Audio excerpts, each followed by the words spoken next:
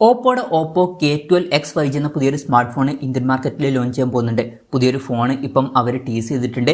അത് ഈ ഒരു ഫോൺ ആയിരിക്കുമെന്നാണ് റിപ്പോർട്ടുകൾ പറയുന്നത്. എന്തായാലും ഈ ഒരു വീഡിയോയിൽ നമ്മൾ നോക്കാൻ പോകുന്നത് ഓപ്പോ K12X 5G എന്നുള്ള സ്മാർട്ട് ഫോണിനെ പറ്റിയിട്ടാണ്. അപ്പം നമ്മൾ ആദ്യം ഫീച്ചേഴ്സും കാര്യങ്ങളൊക്കെ നോക്കുകയാണെന്നുണ്ടെങ്കിൽ ഡിസ്പ്ലേയുടെ കാര്യത്തിൽ ഈ ഒരു സ്മാർട്ട് ഫോണിൽ 6.6 ഇഞ്ചിൻ്റെ ഫുൾ HD+ ഡിസ്പ്ലേ വരുന്നതായിരിക്കും. OLED പാനലും കാര്യങ്ങളൊക്കെ ഇതിൽ വരും. പിന്നെ പഞ്ചോൾ ഡിസൈൻ ആയിരിക്കും ഇതിൽ വരിക. പഞ്ചോൾ വരിക ടോപ്പ് സെൻറ്റർ ഭാഗത്തായിട്ടായിരിക്കും. ഈ ഒരു ഫോണിൽ ഫ്ലാറ്റ് ആയിട്ടുള്ള ഡിസ്പ്ലേയും കാര്യങ്ങളൊക്കെ ആയിരിക്കും വരിക. പിന്നെ ഡിസ്പ്ലേയിൽ 120 ഹെർട്സിൻ്റെ റിഫ്രഷ് റേറ്റും കാര്യങ്ങളൊക്കെ സപ്പോർട്ട് ചെയ്യുന്നതായിരിക്കും. പീക്ക് ബ്രൈറ്റ്നസ് വരിക 2100 നിറ്റ്സ് ആയിരിക്കും. പിന്നെ ഇൻ ഡിസ്പ്ലേ ഫിംഗർ പ്രിന്റ് സെൻസറും കാര്യങ്ങളൊക്കെ ഈ ഫോണിൽ വരുന്നതായിരിക്കും. ഫോണിൻ്റെ വെയിറ്റ് വരിക ഏകദേശം 191 ഗ്രാം ആയിരിക്കും. തിക്നെസ് വരിക 8.1 mm ആയിരിക്കും. പിന്നെ ഈ ഫോണിൻ്റെ ഒരു ഗ്രീൻ കളർ വേരിയൻറ്റും അതുപോലെ തന്നെ ഒരു ഗ്രേ കളർ വേരിയൻറ്റും ലോഞ്ച് ചെയ്തേക്കാം. ഇനി പ്രോസസ്സറുടെ കാര്യത്തിലോട്ട് വരികയാണെന്നുണ്ടെങ്കിൽ സ്നാപ്ഡ്രാഗൺ 695 എന്നുള്ള പ്രോസസ്സറുമായിട്ടായിരിക്കും ഈ ഒരു സ്മാർട്ട് ഫോൺ വരിക. ഇത് കുറച്ച് പഴയൊരു പ്രോസസ്സറാണ്, എന്നാലും അത്യാവശ്യം തിരക്കില്ലാത്ത നല്ലൊരു പ്രോസസ്സറൊക്കെ തന്നെയാണ്. 5G സപ്പോർട്ടും കാര്യങ്ങളൊക്കെ ഇതിൽ വരുന്നതായിരിക്കും. പിന്നെ ചിലപ്പം ഈ ഒരു പ്രോസസ്സറിന് പകരം സ്നാപ്ഡ്രാഗൺ 6s Gen 3 എന്ന പ്രോസസ്സറും വന്നേക്കാം. ഈ ഒരു പ്രോസസ്സർ എന്ന് പറയുന്നത് പുതിയ പ്രോസസ്സറൊന്നുമല്ല. ഈ ഒരു സ്നാപ്ഡ്രാഗൺ 695 എന്നുള്ള പ്രോസസ്സറിൻ്റെ ഒരു റീബ്രാൻഡഡ് വെർഷൻ തന്നെയാണ്. പിന്നെ ഈ ഒരു ഫോണിൽ LPDDR4Xൻ്റെ റാമും അതുപോലെ തന്നെ UFS 2.2 സ്റ്റോറേജ് ടൈപ്പും കാര്യങ്ങളൊക്കെ വന്നേക്കാം. മെമ്മറി എക്സ്പാൻഡ് ചെയ്യണമെന്നുണ്ടെങ്കിൽ മെമ്മറി കാർഡ് സ്ലോട്ടും കാര്യങ്ങളൊക്കെ വരുന്നതായിരിക്കും.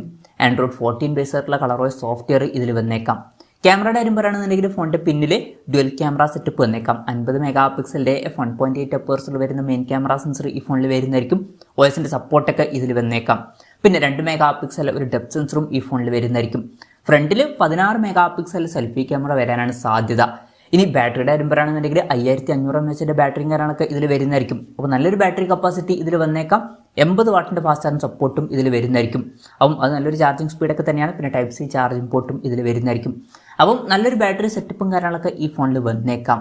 പിന്നെ ഈ ഒരു സ്മാർട്ട് ഫോൺ മുമ്പ് ചൈനീസ് മാർക്കറ്റിൽ ലോഞ്ച് ചെയ്തിട്ടുണ്ടായിരുന്നു. അവിടെ ഈ ഒരു സ്മാർട്ട് ഫോൺ 15000 രൂപ പ്രൈസ് റേഞ്ചിലായിട്ടാണ് ലോഞ്ച് ചെയ്തിട്ടുള്ളത്. പക്ഷേ ഇന്ത്യൻ മാർക്കറ്റിൽ കുറച്ചും കൂടി കൂടിയൊരു പ്രൈസ് റേഞ്ചിലായിട്ട് ഈ ഫോൺ ലോഞ്ച് ചെയ്തേക്കാം. ശ്രദ്ധിക്കേണ്ട മറ്റൊരു കാര്യം കൂടിയുണ്ട്. OnePlus Nord C4 Lite എന്നൊരു സ്മാർട്ട് ഫോൺ ഇപ്പോഴത്തെ ഇന്ത്യൻ മാർക്കറ്റിൽ ലോഞ്ച് ചെയ്തിട്ടുണ്ടായിരുന്നു. ആ ഒരു ഫോണിലും ഏകദേശം ഇതേ ഫീച്ചേഴ്സൊക്കെ തന്നെയാണ് വരുന്നത്. ചെറിയ വ്യത്യാസങ്ങളേ ഉള്ളൂ, പക്ഷേ ഏകദേശം സിമിലർ ആയിട്ടുള്ള ഫീച്ചേഴ്സാണ് വരുന്നത്. അപ്പോൾ സത്യം പറഞ്ഞാൽ ആ ഒരു ഫോണിൻ്റെ ഒരു റീബ്രാൻഡഡ് വെർഷൻ ആയിരിക്കും ഈ ഒരു ഫോൺ എന്നൊക്കെ പറയാവുന്നതാണ്. അപ്പം ഈ ഒരു ഫോൺ നമുക്ക് ഏകദേശം ആ ഒരു പ്രൈസ് റേഞ്ചിൽ എക്സ്പെക്ട് ചെയ്യാം. OnePlus Nord C4 Lite എന്ന സ്മാർട്ട് ഫോൺ ഇന്ത്യൻ മാർക്കറ്റിൽ 20000 രൂപ പ്രൈസ് റേഞ്ചിലായിട്ടാണ് വരുന്നത്.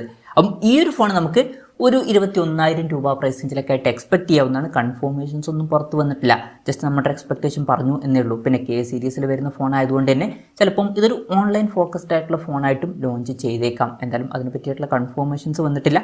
ഫ്ലിപ്കാർട്ടിൽ ഇപ്പം ഇതിൻ്റെ ടീസർ വന്നിട്ടുണ്ട് എന്നേ ഉള്ളൂ. എന്തായാലും ഓപ്പോ K12X 5G എന്ന പുതിയൊരു സ്മാർട്ട് ഫോൺ ലോഞ്ച് ചെയ്യാൻ പോകുന്നുണ്ട്. ടീസർ വന്ന സ്ഥിതിക്ക് അടുത്ത് തന്നെ ഈ ഫോൺ ഇന്ത്യൻ മാർക്കറ്റിൽ ലോഞ്ച് ചെയ്യുന്നതായിരിക്കും.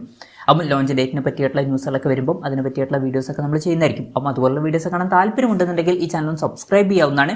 എന്തായാലും ഓപ്പോ K12X 5G എന്ന ഫോണിനെ പറ്റിയിട്ടുള്ള നിങ്ങളുടെ അഭിപ്രായം ജസ്റ്റ് ഒന്ന് കമൻറ്റ് ചെയ്യുക. അതുപോലെ തന്നെ ഈ ഒരു സ്മാർട്ട് ഫോൺ ഇന്ത്യൻ മാർക്കറ്റിൽ നിങ്ങൾ ഏത് പ്രൈസിങ്ങിലാണ് എക്സ്പെക്ട് ചെയ്യുന്നത് എന്നുള്ള കാര്യം കൂടി ജസ്റ്റ് ഒന്ന് കമൻറ്റ് ചെയ്യുക.